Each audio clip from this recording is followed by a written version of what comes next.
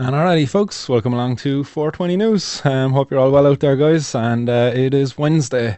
Apologies for not being along on Monday, guys. I was just feeling really burnt out, and I needed a little bit of me time. So, apologies for bailing on you there. I was just feeling a bit run down and worse for wear. So, I'm back. I'm back at it, full of life again today, guys, and got a good bit of news there to report for you today. Before I get to it, guys, just to let you know, if you'd like to support the fight for cannabis legalisation in Ireland, and if you'd like to support the show, I have a Patreon set up, patreon.com/Martin's World, and also a donation button set up on martinsworld.ie, where you can make donations in the form of bitcoins. All of the money that's going to be raised there will be used to establish a cannabis activist hub here in Cork City, and yeah, that's where we can organise ourselves, meet up, socialise, educate, and just better organise ourselves for the fight for cannabis legalisation there. So that's that out of the way, guys, and let's get stuck into today's 420 News. First up on today's 420 News is our buddy from Sinn Fein, Thomas Gould. So Thomas Gould, if you don't know what the man looks like, here he pops up, but he is our TD here in Cork North Central, and as I've already said, he's a Sinn Féin man. But why he makes today's 420 News is he was in the dail earlier in the week, as that's his job and his workplace, I suppose, the place he has to hang out. But he raised the question of medical cannabis and the medical cannabis access programme to the Taoiseach, Leo Varadkar. So I'm going to just quickly swing on over there so you can see that for yourselves, and I'll play that there for you. Fingers crossed again the audio goes well. On to today's list, there are 7 members. We're not going to reach all of them. First on that list is Deputy Gould. If you could be as quick as possible. Good morning. Taoiseach, one of the only positive things to come out of the pandemic excuse me, is that the government put in place emergency structures for the supply of medical cannabis to people like Vera Toomey's daughter, Eva. Before the pandemic, your government said that this could not be done, and families had to travel to Holland and other places to get the medical cannabis. So, Taoiseach, will you now commit to putting the new emergency temporary structures that are in place and make them the norm going forward, so the families don't have to worry and feel the uncertainty of having to travel for their medicine? I'm really not sure why it's taking so long to sort out this issue of medical cannabis. It's been discussed for years now in this chamber, and I know emergency ranges were put in place, which the Deputy mentioned, but we should really have in place by now standing arrangements that work for people for whom it has been prescribed by a specialist. So again, something that falls under the remit of Minister Donnelly rather than me, but I will take it up with him, and I know it's an issue that we're keen to sort out once and for all.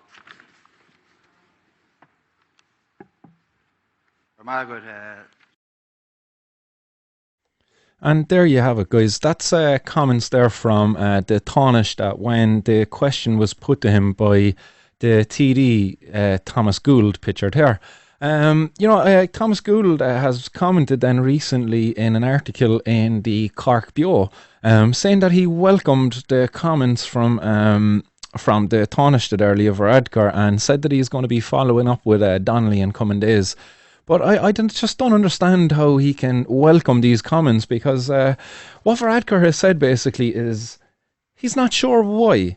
What do you mean he's not sure why? Has Varadkar not been the Taoiseach for the last couple of years before being demoted there to the Taoiseach after the last election? He's been our Taoiseach. Why the hell does he not know why medical cannabis is available for patients? Unless he's lying. That wouldn't be like a politician to lie to us, would it? Politicians don't lie. They're incapable of lying. Surely there's an injection they get before they become politicians that makes them incapable of lying.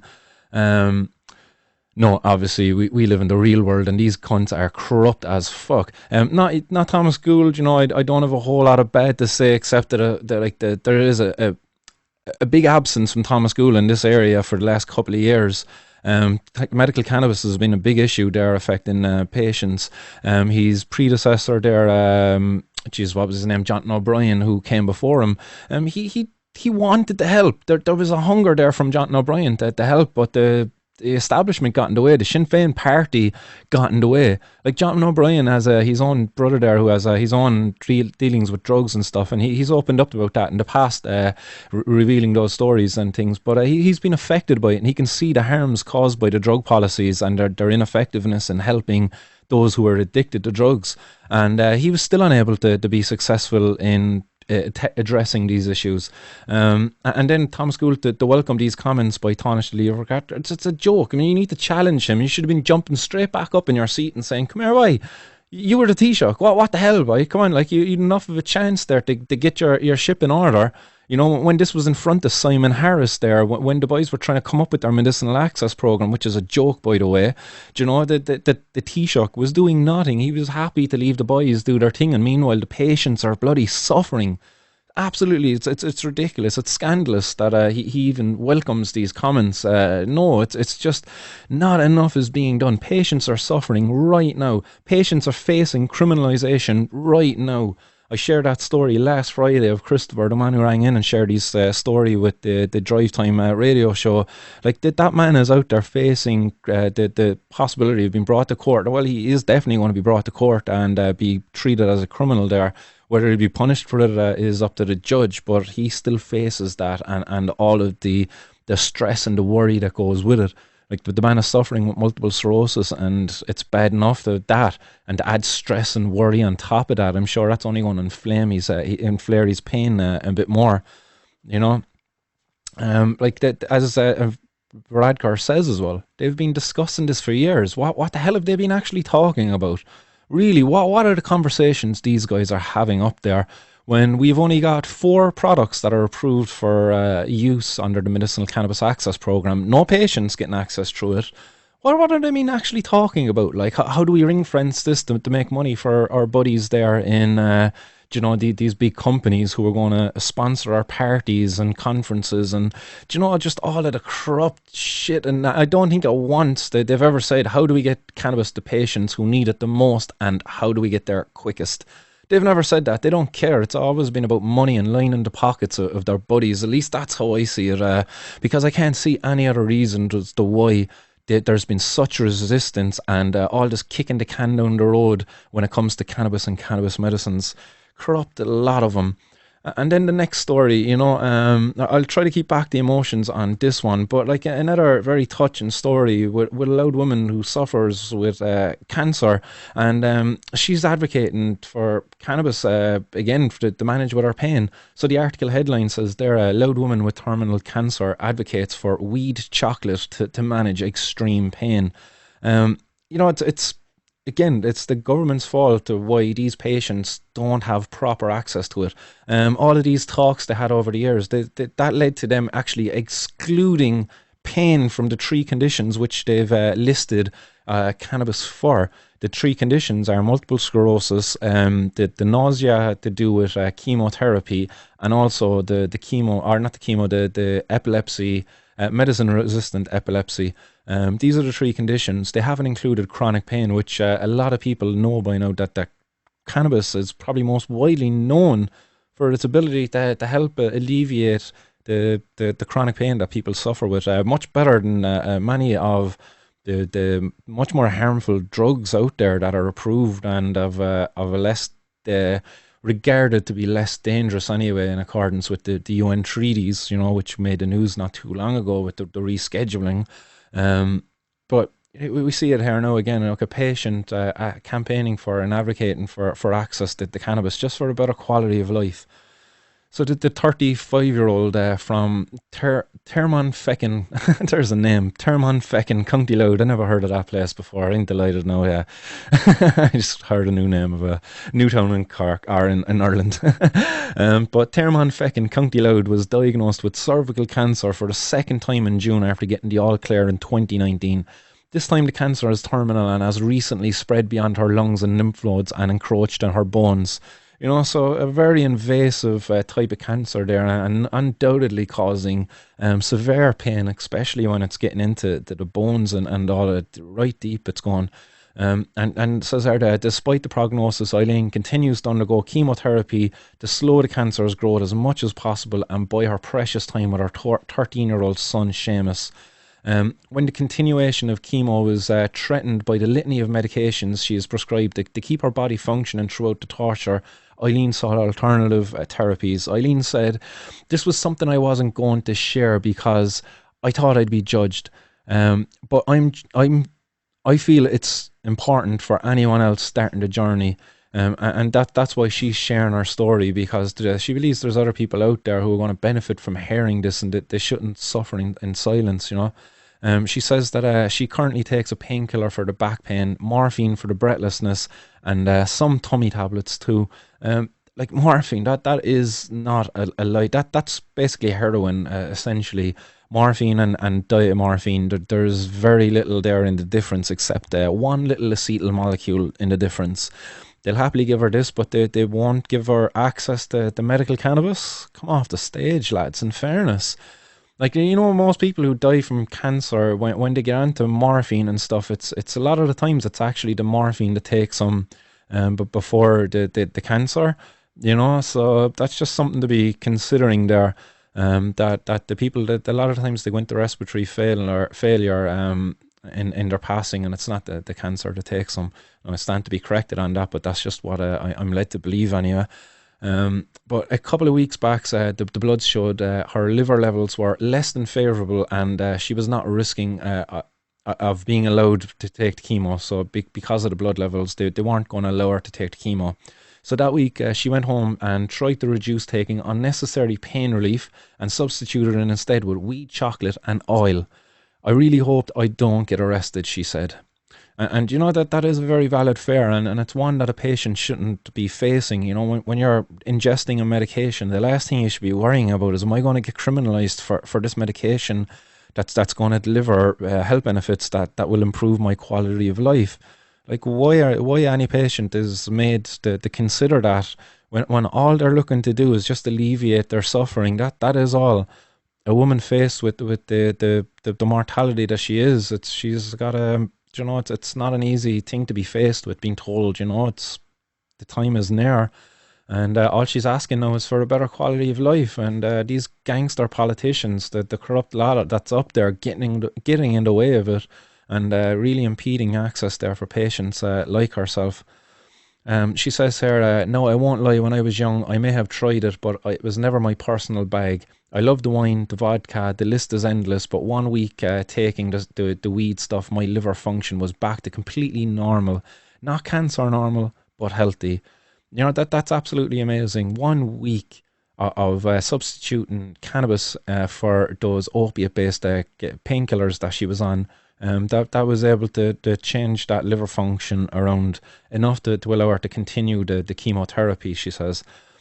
"Pain management is next level, and I function so much better. I know it is illegal, and that's it, but I do hope to legislate for medicinal use properly. The use of medicinal cannabis for devastating illnesses has been a hot topic of late. Last week, Joe Duffy dedicated an episode of his popular Liveline radio programme to the issue, and that's the one I mentioned earlier, guys, that I played last Friday, and it was an absolutely amazing, a very powerful story that was being shared. I wouldn't say I take back the amazing part of it, because it was, to be honest, it was a horrible story, the situation that the man found himself in. But it was powerful for the message that cannabis needs to be legalised, because there's patients who are now growing it, and they're going to be unnecessarily criminalised for their crime of wanting to reduce their suffering. Shame in any society that prolongs a patient's suffering for their selfish need to continue what is a corrupt, bloody, baseless policy, which is drug prohibition, cannabis prohibition. It's all founded on lies, and it's basically done just to enable control over people, you know, and to allow people in societies to be discriminated against. If you really go far back enough, the original prohibitionists, the guys who started all this, they were fucking racists. You just can't deny that. They were racist out and out, like right down. Cannabis makes blackies walk in white men's shadows. You know, cannabis makes black people think they're better than white people. Cannabis makes white women seek sexual relations with the Negro. You know, these were all things spouted by the original prohibitionists, and anyone like Leo Varadkar, Simon Harris, Stephen Donnelly, guys, when you stand there and support the continuing of this prohibition, like you're supporting guys who had these kind of views, you know, complete racists, and you know, that just really needs to end. Other news, guys. This fella, look at him. Doesn't he look guilty? Isn't that really a guilty looking? Like, he's cute looking and everything, but doesn't he look guilty? Kind of reminds me of my dog when I come into the kitchen and there's like rubbish after being pulled out of the bin, and you're like, who did this? And he's like, oh, and he's trying to look away and not make eye contact. This is this fella, and this guy's name is Rex, and why he's looking so guilty is he helped the Gardai take this herb off of somebody. So poor Rex is being used and abused again by humans. Poor Rex would rather be out there helping people, like, I don't know, find our way in the dark, or maybe help detect a person's seizure, or you know, multiple things there that dogs can assist us humans in. But instead, he is a drug dog. Poor dog. That's probably why he looks so sad. Really sad looking dog. And yeah, he should. You know, it's unfortunate. Like, he's just been used. He's another tool being used, and it's unfortunate. So €9,000 worth of suspected cannabis herb. I love the suspected part. Like, of course it's cannabis. So €9,000 suspected cannabis herb seized in Cork raid with the help of Garda dog Rex. As part of an ongoing operation, both detective and uniformed Gardaí from Fermoy Garda Station, assisted by the Southern Regional Dog Unit, carried out 2 searches at fields in the Mitchellstown area yesterday. The 2 searches were carried out with the assistance of Garda dog Rex, who initially located €3,000 worth of cannabis herb, and a follow-up search was later carried out where, again, Rex discovered €6,000 worth of cannabis herb. That was all hidden. All of the suspected drugs were now sent to the Forensic Science Ireland. These guys are cleaning up, like the Forensic Science Ireland, they just have continuous jobs just coming in, all for these drug things.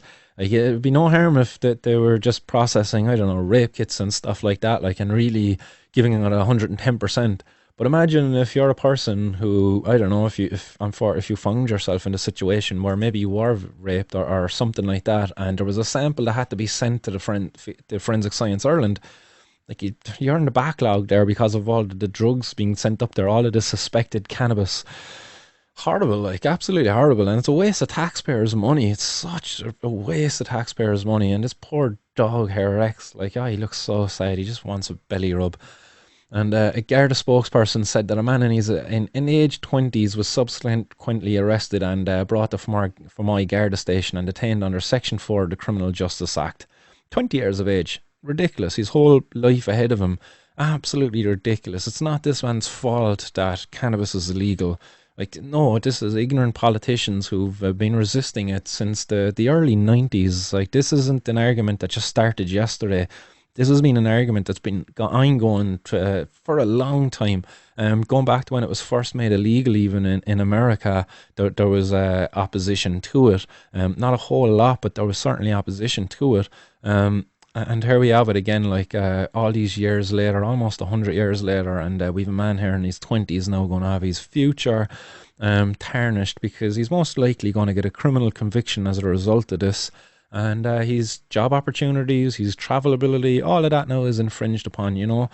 He's basically having his human rights denied again because his ability to work is limited. You know, that limits his ability then to produce to provide a livelihood for himself, you know. That's wrong.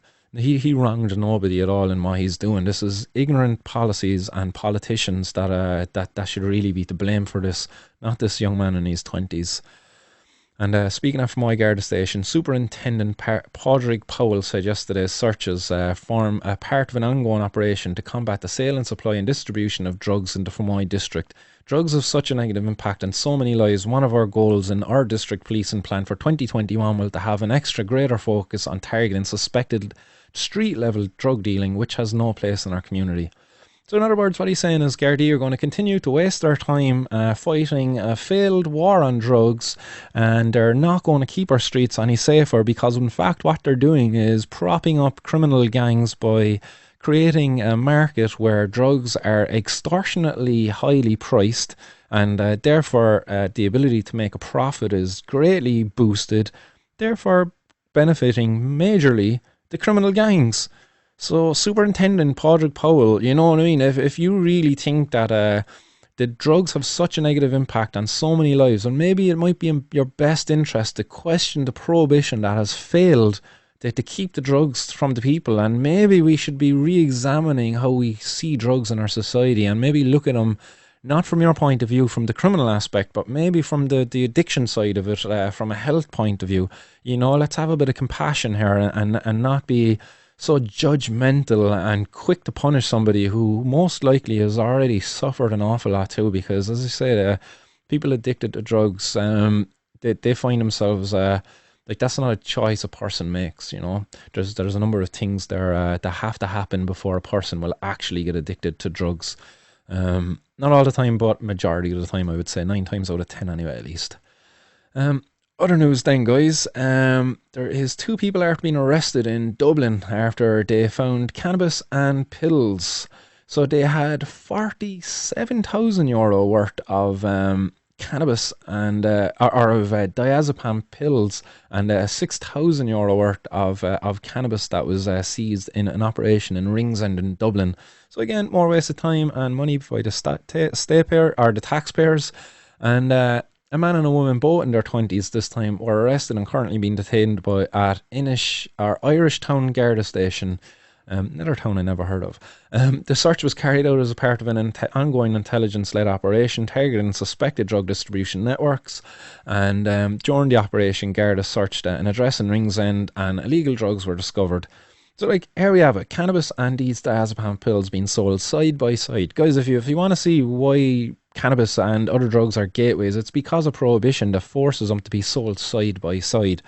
Like, you have what? A diazepam here, which actually is a legal drug, but it's still being sold illegally. You know, and that's that, you know, and the guards have to go and stop that. But you have it being sold alongside as cannabis.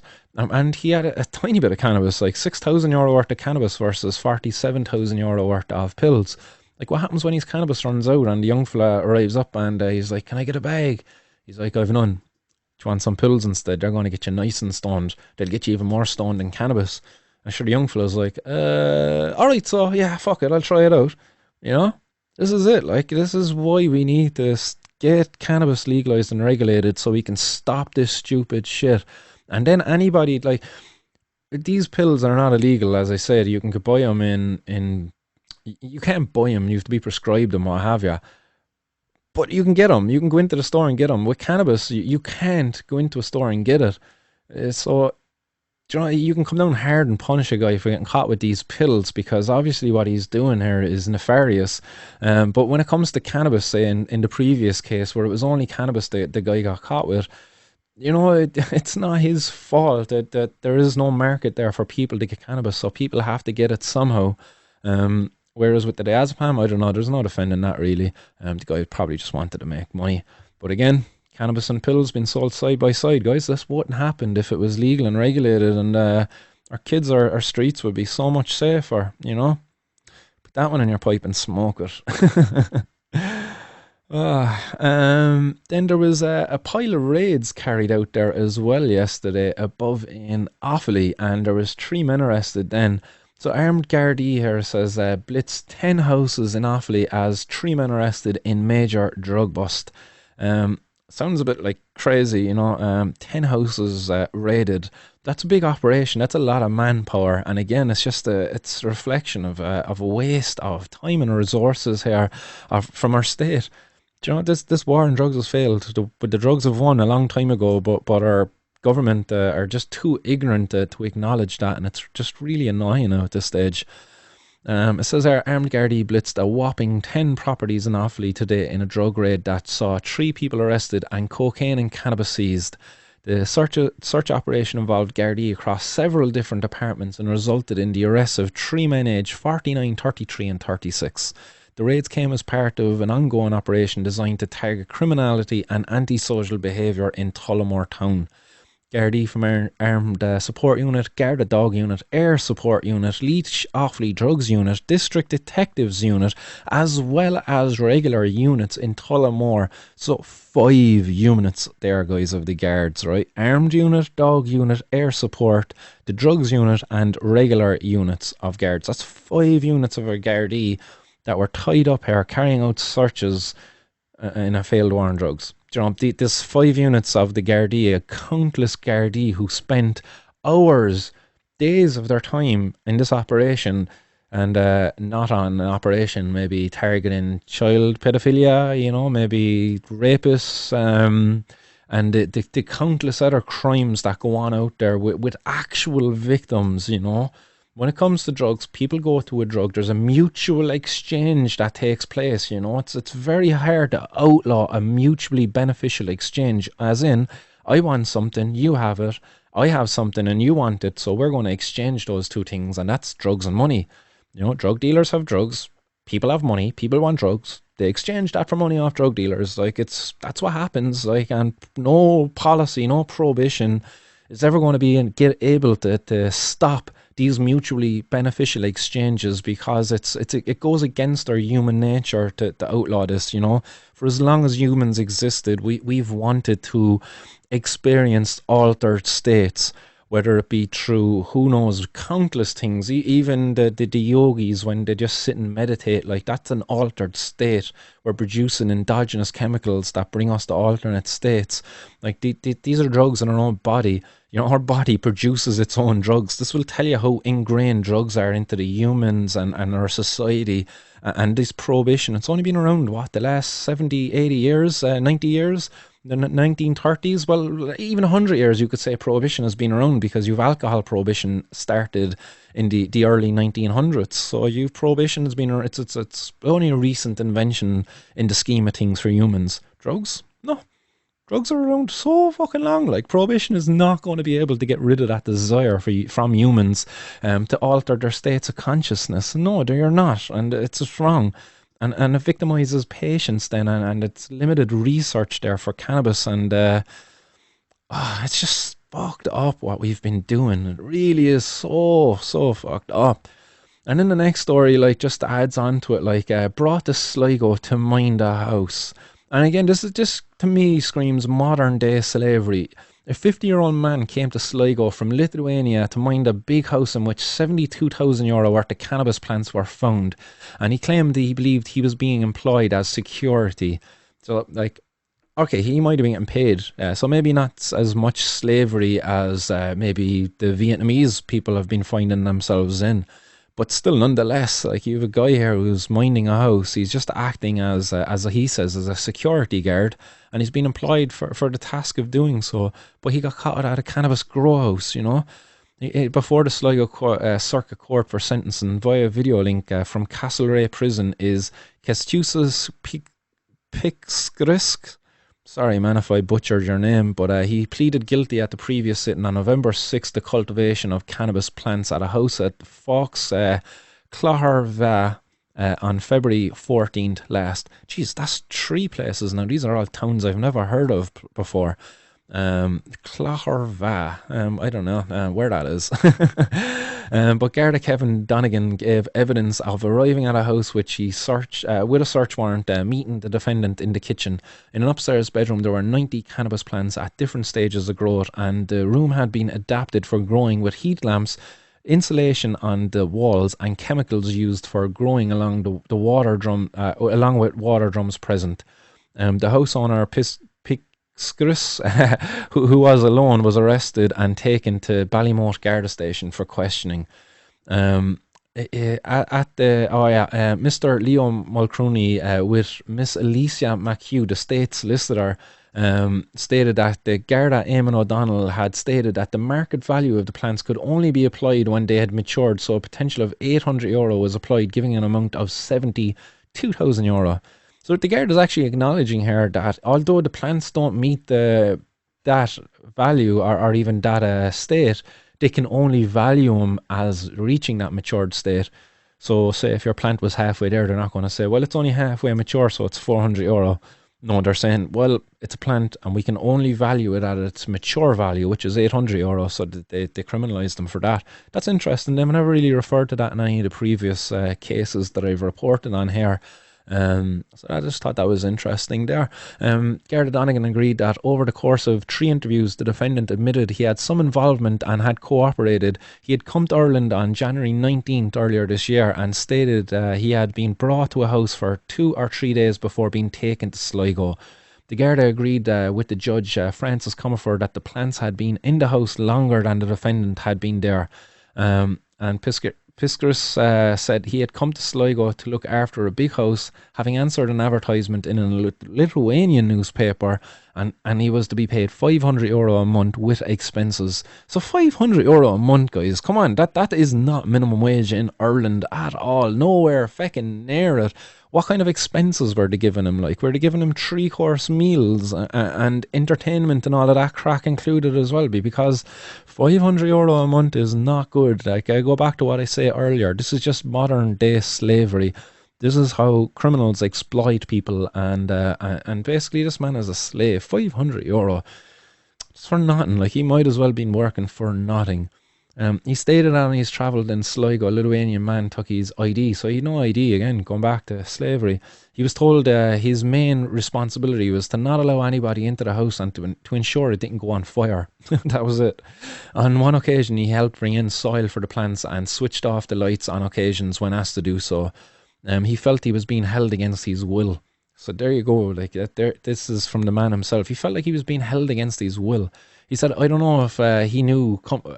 He said, I don't know if he knew coming over here what he was doing to do, but he knew when he was in the house what was there, said the Garda. The defendant was the sole occupant of the house, but his name was not on the search warrant, this being the name of the main player. Piscaris had previous convictions in Lithuania for drug offences and theft, and also for theft in Germany and being drunk in the Czech Republic. So he had a small bit of a pass there for himself, like, but he's no major criminal. We can all make mistakes. It seems like he's made a few mistakes in his past. No excuse in theft, but maybe he was drunk at the time. Who knows? In reply to Mr. Damien Colgan, he instructed that Miss Alice Harrison, solicitor Garda Donegan, agreed that the defendant had been told in Sligo that he could leave, but he would get no money and could go nowhere else as he had no English. So again, like slavery, he was just being taken advantage of, and this wouldn't happen if cannabis was legal. Do you think they'd be able to hire a person and take advantage of him like this? And I know people out there might be thinking of the likes of Keelan's and they're bringing over all the Romanian workers, but I'm sure that those workers have rights here too. Unlike these growers in the cannabis grow house, they have no rights because their job is actually illegal. So this is a major reason why this needs to end. It says then here, closing it off, that the defendant was divorced and had 2 children aged 21 and 31, the former living with ex-wife in England and the latter who who was in the Lithuanian army. So the judge then jailed Piscaris for 2.5 years with 16 months suspended for 2 years. So he's going to serve about a year in jail. So he got 2.5 years, 16 months suspended. So that's a year in jail he's going to serve for his crime of growing cannabis. Joke, like, it really is a joke. There's child abusers and they don't even get that. The judge, the term was backdated to February 14th because that's when he was taken into custody. And it says that if he remains in the country, it will be noted this is in breach of indications given to the court. So it seems here that he's going to leave the country. So when he gets out of jail, that he's going to bunk on back home. And so there you go. It's crazy carry on. So if he gets released in a year, he doesn't leave the country, are they going to lock him up again? Like, it's bad enough that he got victimized and bullied by the criminals out there, but now the state are kind of bullying him in the other way, like, so fucking backwards, like. And then there was another story of an 18-year-old man who owed a debt of €10,000 in his native Lithuania, and he also came to Sligo and was working as a gardener in a sophisticated operation cultivating cannabis plants in Ballymote again. at a Sligo circuit court via video link from the Castlereagh prison. So again, from Castlereagh prison, like a very similar story there to the previous one. Thomas Alec Sejunas of 24, I'm not even going to give his address here, but from above there in Ballymote. He, and Danius Gastilvakius, so there was two of them here. So one of them aged 18 and another one aged 44, and both of them were jailed by Judge Francis Comerford after pleading guilty to the cultivation of cannabis plants. Garda Patrick Naughton of Ballymote Garda Station outlined to the state prosecutor, Mr. Leo Mulrooney, that Garda applied for a bench warrant to carry out a search on at the address, which was carried out on the 26th of March 2020. When the Gardaí entered the property, there were two people upstairs, and when asked to come down, they provided them with their names and date of births. When Gardaí went upstairs, they saw that what was described as a sophisticated growing operation. They say that about them all anyway, they're always sophisticated. There were fans, thermostats and lighting installed in each room. Bare essentials, nothing sophisticated to be fair. Maybe the thermostat you could say was somewhat sophisticated, but it's probably some simplistic little mechanism. There were a total of 19 plants growing, and there were a further 60 pots filled with compost with nothing growing in them. Oh my God, there was 60 pots with soil. Guards were gutted. They were like, shit, we should have came next week and we would have got 100,000 worth of cannabis plants rather than the 20,000 or whatever it was that they got there with the 19 plants. When a Galavictus was searched by RD, discovered €1,500 in cash in his jacket pocket, and he also found the key to the front door of the property. 2 phones were seized from him, and when asked for the code to the iPhone, he refused to give it. Both men were arrested and brought to Ballymote Garda Station for questioning. The plants were valued at €800 each, so the potential there was 15,200. Alex Sejunas was fully cooperative with the Gardaí during his interviews, and said he came to Ireland 2 weeks previously to work to pay back a debt of €10,000 in Lithuania. This is the 18-year-old, guys. He got into debt of €10,000. Who knows how he got into that kind of a debt? But the option was, look, go on over there to Ireland, work in the grow house for God only knows how long it takes you to work to earn €10,000. When the last guy we mentioned was only getting €500 a month. How much is the 18-year-old getting? Is he getting €500 a month? Maybe, but that takes a while then to pay off that €10,000. That's at least 20 weeks of work there, and that's if he's giving them all of the €500. So that'll take a while there for this young fella to pay that off. Again, the prohibition enables these criminals to take advantage of people where they're not even paying the people who work in their grow rooms, so it's thereby even increasing their profit even further. He said he told Gardaí that he wasn't 18 when he owed the debt. He was being paid $1,500 a month. Oh, there you go. He's paying $1,500 a month. So he was getting a lot more than the last guy. The last guy got a rough deal, and he was the only person living in the house. He told Gardaí that the other man arrested, Galavictus, had only come to the house that morning. Mr. Mulrooney said that the Garda Naughton asked Garda Naughton if he had a view whether Alex Sejunas was what he said was true, and he replied there was no other reason that it wasn't truthful, and he had been fully cooperative to then. He had no previous convictions in Ireland or any other country, and they indicated that Galavictus did have previous convictions abroad, and they kind of list them here. Burglary, and he got a 3-year sentence for that, actually. So that was a big sentence there for your man Galavictus, who was 44. But again, you know, this kind of a reoccurring theme here with people being brought from Lithuania to Sligo and being exploited then. Like, all right, the 18-year-old was getting paid a wage. She was getting €1,500 a month. That's not too bad, all things considered. But still, is it worth it now when he's facing the courts here in Ireland? I don't think so, really. That when they've both been given jail sentence. So Galavictus was given a 5-year sentence with the last year suspended for 2 years from the date of his release, and Alex Sejunas, the 18-year-old, was jailed for 3 years, the last 20 months suspended for 2 years. In each case, the sentence was backdated to March 26th. So there you go, one man gets 5 years, so the older guy got 5 years and the younger guy got 3 years. The younger guy who got 3 years got 20 months suspended. So what is that? 3 by 12, 36. So he's going to spend a year and a half in prison, thereabouts, a year and a half. Probably get released earlier for good behaviour and stuff. But absolute waste of time. 18 years of age, and he's going to spend the next year or so of his life inside one of Ireland's fine prison establishments to mingle with some of the finer characters in our society. Appalling, like 18 years of age. Really, there should be a youth diversion program here, and maybe give this man a job there in botany, and hire him to Ireland's fucking, I don't know, we should set up a national cannabis growing program, and people like this, they should be given jobs or opportunities to come in and train and actually get out of the criminal world and into the legal world, maybe. Because I'm sure if this young fellow was given an opportunity to pay back his debt in working in a legal industry, he probably would have. But sadly, no, that opportunity wasn't there because of prohibition, which enabled the criminals to take advantage of him. And so, guys, that is the news from Ireland for today. And here is a little picture there from one of those grow houses in Sligo with that 18-year-old and the 44-year-old. But yeah, that's all from Ireland. Actually, we have one last little piece from the north of Ireland, up in Belfast, where a man was injured in a Belfast suspected paramilitary-style punishment shooting.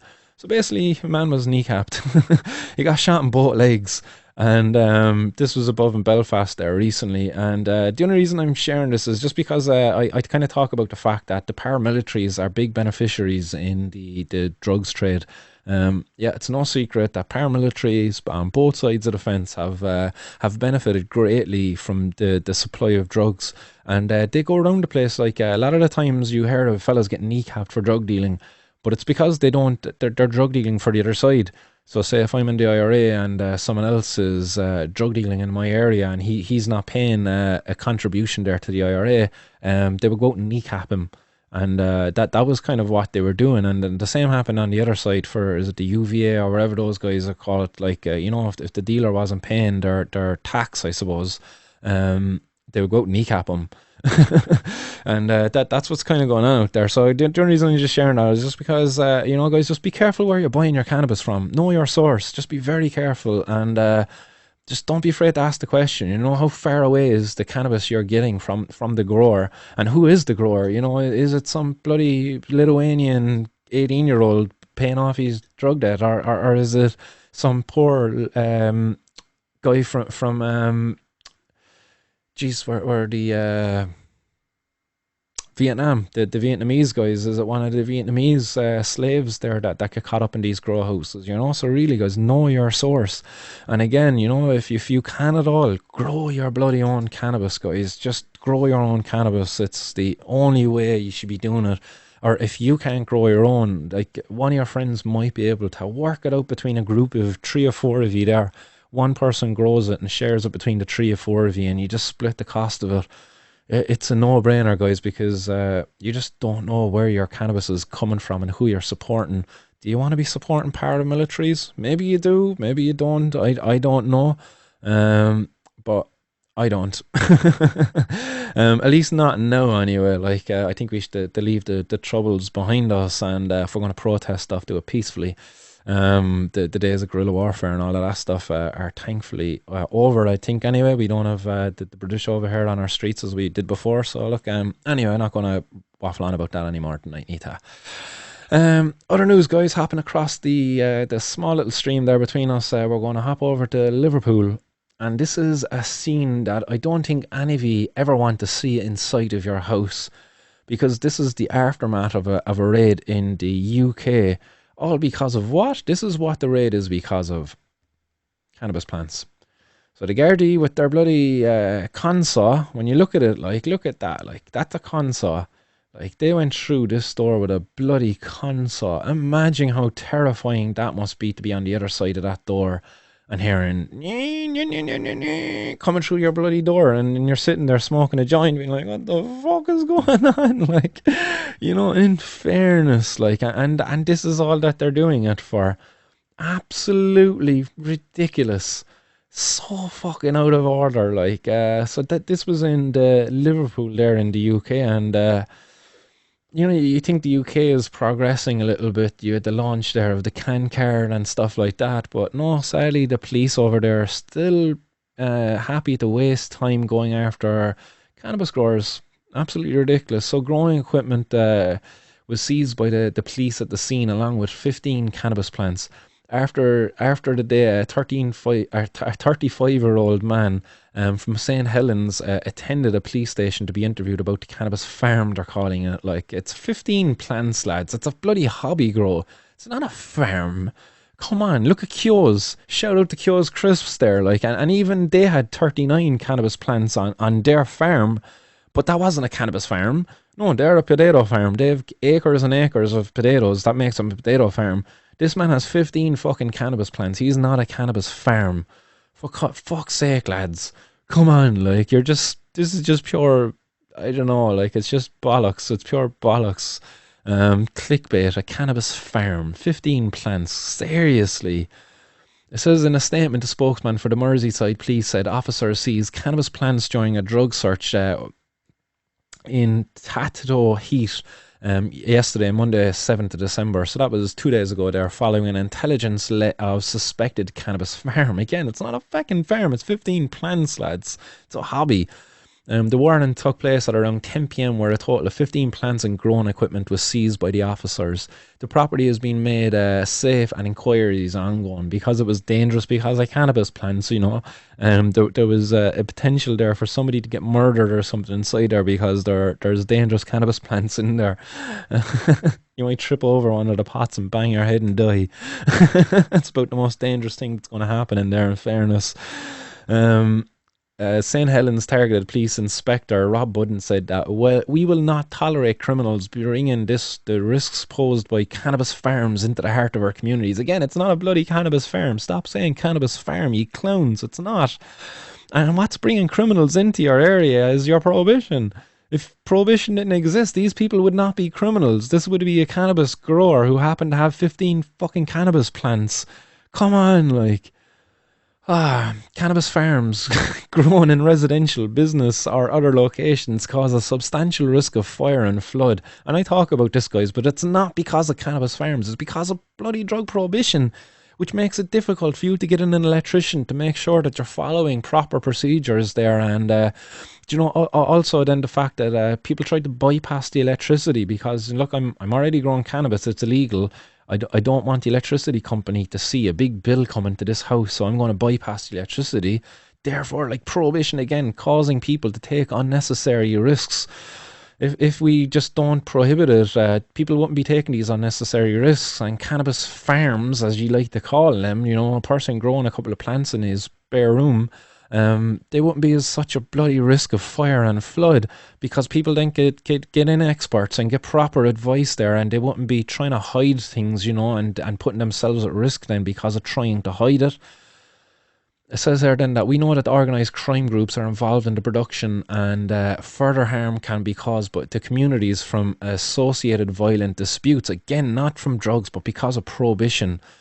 The identification, dismantling and making safe of cannabis farms is absolutely vital to make local people feel safe, and we'll continue to respond to information provided on all similar premises.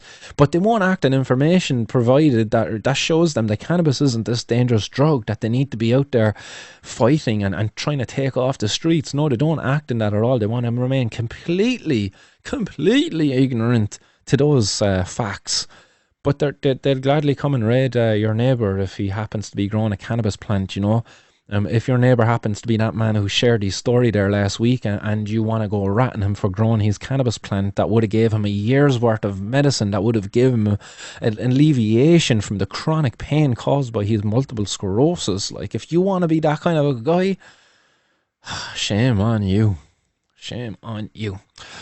And finally, guys, the final piece of news today, guys, and thanks very much for bearing with me, guys. I hope I still have some audience out there today, and y'all forgive me for bailing on Monday.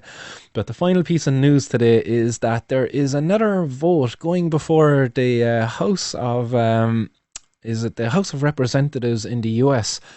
So there's another cannabis bill that's going to be voted on later this week, which is called and I hate this, it's called the the Marijuana Reform Bill. That was the one that they're looking and this one is promoting research into the plant and allowing scientists to study cannabis from the state legal businesses for the first time. And this is a big thing because this is certainly needed. All along, research has been greatly restricted.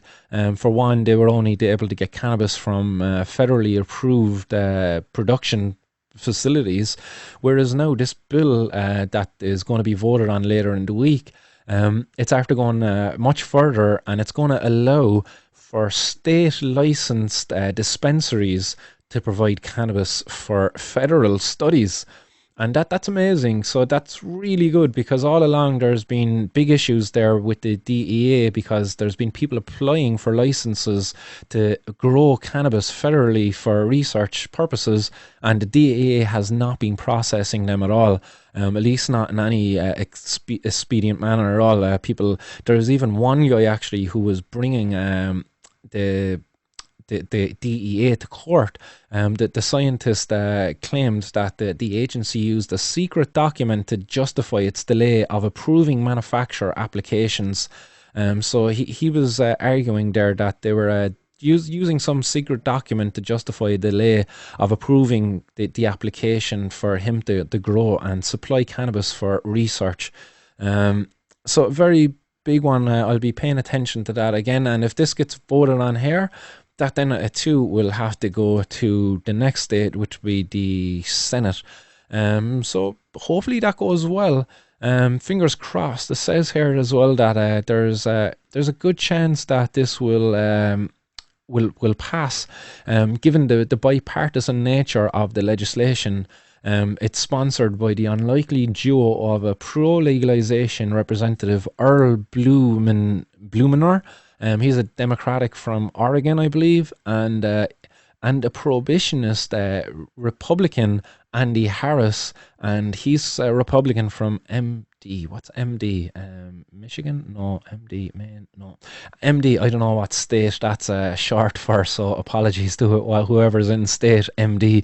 But Andy Harris there, it's expected to get the support because of that bipartisan nature there. It's getting support there from both sides. And why wouldn't they support it? It's a bill that's looking to open up research, and unless these guys are just really wanting to allow people to see how corrupt they are, there's no way you can get in the way of research for this, you know.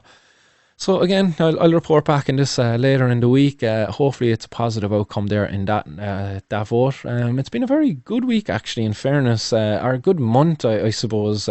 December, it's been a nice wrap conclusion to 2020 for cannabis, with all of the coverage it's gotten. Now, I will say that recent coverage of the UN decision was maybe a bit misleading, I suppose, in certain regards. I don't think it's something worth really celebrating, and I can explain more on that later at another time. But yeah, I think it has been a big week anyway, and long may this momentum keep building, you know. We have to keep this ball rolling as 2021 rolls around, guys. Let it be known, I'm organising protests like April 2021. We're going to be having a gathering in Cork City, and this is the announcement for it, guys. Bishop Lucy Park, we're going to gather there if we need to do the social distancing thing. If that's still bloody around, then we do the social distancing, but we're going to do a big march around the whole of Cork City. And we're going to finish then with a nice peaceful gathering in the Peace Park there in Bishop Lucy Park. So we're going to bring it now back into the city this time. So you heard it here first on Martin's World. This is the first announcement of a cannabis legalization protest for 2021. And that's on a Tuesday, April 20th, 2021. Bishop Lucy Park. We'll start gathering there in the afternoon, sometime after 2. We'll march at about maybe 3:30, that kind of way, and we'll aim to be back at the park again by 4:20 for some talks there from activists from around Ireland. So guys, do bear with me. Stay tuned for more announcements on other protests as they become available. So I'm going to swing on over there, guys, to the comments. Let's see what's happening out there with everybody. So top of the list here today is Sean, and he says, crack to everybody out there. So Sean, nice one for coming along, and what's happening, man? Hope you're well. David says, never a straight answer from a politician ever, man. Never, ever. Like, they just never give a straight answer at all. And John says, lip service, man. And it's pure lip service. It's bollocks, because they're all talk, no action, really. If they gave even an ounce of care, if they did any bit of level of care inside them, like, they would have done something on this a long time ago. But no, they're just kicking the can down the road, because these guys couldn't give a fiddlers. The only thing they cared about is their buddies, and the corruption and all of that crack. And as Sean says here, they're big farmer boys in the dail, and big pharma boys, not farmer. And yeah, you're dead right, man. Corrupt lot, the whole lot of them, the gang of boys. And John says here, Mary McDonald's sister works for Big Pharma. I didn't know that. And Amy Cody says, this is heartbreaking. We need to legalise this now. THC and CBD are lifesavers. 100% they are lifesavers. And people need to stand up for the right to access these things now more than ever. Sean says here, animal abuse might get the dog hooked. Dead right, man. I think it's animal abuse anyway, because there's so many better uses for that animal. From it to be used to look for drugs is that's abuse in my eyes. It's a misuse of dogs. I think we need to have a misuse of dogs act and put a prohibition around using dogs for searching for drugs. Ken Green says JFK apparently smoked it in the White House. Rule for one and rule for another. Yeah, apparently the story goes that that was Willie Nelson had a smoke in the White House. I believe, was it Willie Nelson? Was that the story I'm thinking of? And I don't know, was it with JFK or was it with one of his aides or somebody like that? But there's definitely a story there with Willie Nelson, and he's smoking in the White House. Ronan says here, dog has a shite life, finding some great herbage and never gets to try and review it. Sad life. That's right, man. Yeah, I'd imagine he's finding these bags and he's like, oh yeah, that smells lovely. Gets a try. And then the cops like just burn it, and the dog is freaked. And Dave says here, wasting thousands on a raid to arrest 3 guys. Yeah, thousands, tens of thousands, like, and then they using money as an argument as to the reason why patients can't access cannabis in Ireland. Like, it really makes you wonder. No shortage of money to fight cannabis supply, but now all of a sudden there is a shortage of money to provide cannabis supply for patients. Ronan says here, a drug addiction is generally a person's attempt to feel okay and normal. Exactly, it is. And the gateway theory in a nutshell right there. Like, yeah, and again, like, you're spot on, Ronan, man. A person who's addicted to drugs, a lot of the times they are covering up things, and a lot of the times a person who buys cannabis, they're entered into other drugs because they're getting cannabis from a dealer who sells other drugs, you know? And if I went to the shop and I bought weed and there was no guy there selling coke, it's very unlikely that I'm going to want to buy coke. But if there's a guy down there and he has coke with the weed and he says, hey, I'll give you a bag there, I'll give you 20% discount on the bag there, look, if you buy them together or whatever, you know, I know they don't be doing that. But the risk is increased now because it's from the same guy. So yeah, gateway theory, man, it's all about prohibition. Paul says here, Garda stealing your weed is like the postman eating your kippers and riding your wife every day you go out to work. Oh man, it's so fucking wrong that guards just take people's weed. Oh, it's such a kick in the nuts. And then you have to go to court. Like, isn't that punishment enough that they took your bloody cannabis? And he says here, lousy Garda only wants cannabis. They think it's funny when you point out evidence that solves a murder. That's right, man. They don't want to do real work at all. And Ronan says that most of the heroin trade in Cork is run by Russians and Lithuanian gangs, and they cause a lot of harm, unfortunately. And I agree with you, man. We have a lot of outside gangs coming into our country now, and the violence is only going to be increased now because they don't have a connection with the community, which is a big problem. And it's just exponentially increased under the model of prohibition, drug prohibition. And Ronan says, grow your own is the only way, man. And yeah, 100% Ronan. And I'm glad to hear you say that, man. And He says here as well, make it a true victimless crime. And you're growing your own plants as well, lads. Just remember, it's a protest. The government's inaction has led to your need to grow cannabis out in an act of protest. And it's not illegal to protest. It's illegal to grow a cannabis plant, but it's not illegal to protest, guys. So we need to protest and plant seeds of protest. Grow protest plants. Remember what my buddy Pepe Rivera says in the interview. If you haven't checked it out, go check it out. This is all about human rights. It's not about cannabis consumption. It's about freedom, you know, and our human rights and our constitution too. And final comment there coming in from Ken. He says, good show as always. And guys, an amazing audience out there as always. Thanks very much everybody for checking in. And I'm delighted to have you all. Delighted to be able to bring the 420 news today and to be feeling a bit better as well today. So guys, until Friday, I'm going to sign off. This has been Martin Condon from 420 News. If you want more of me, guys, if you haven't got enough yet, I'll be on with Stephen Garland later on with the UCD on stopmyppms.com. You can sign up there for the chat. It's going to be held on Zoom. You can get the ticket through Eventbrite. It's a free event.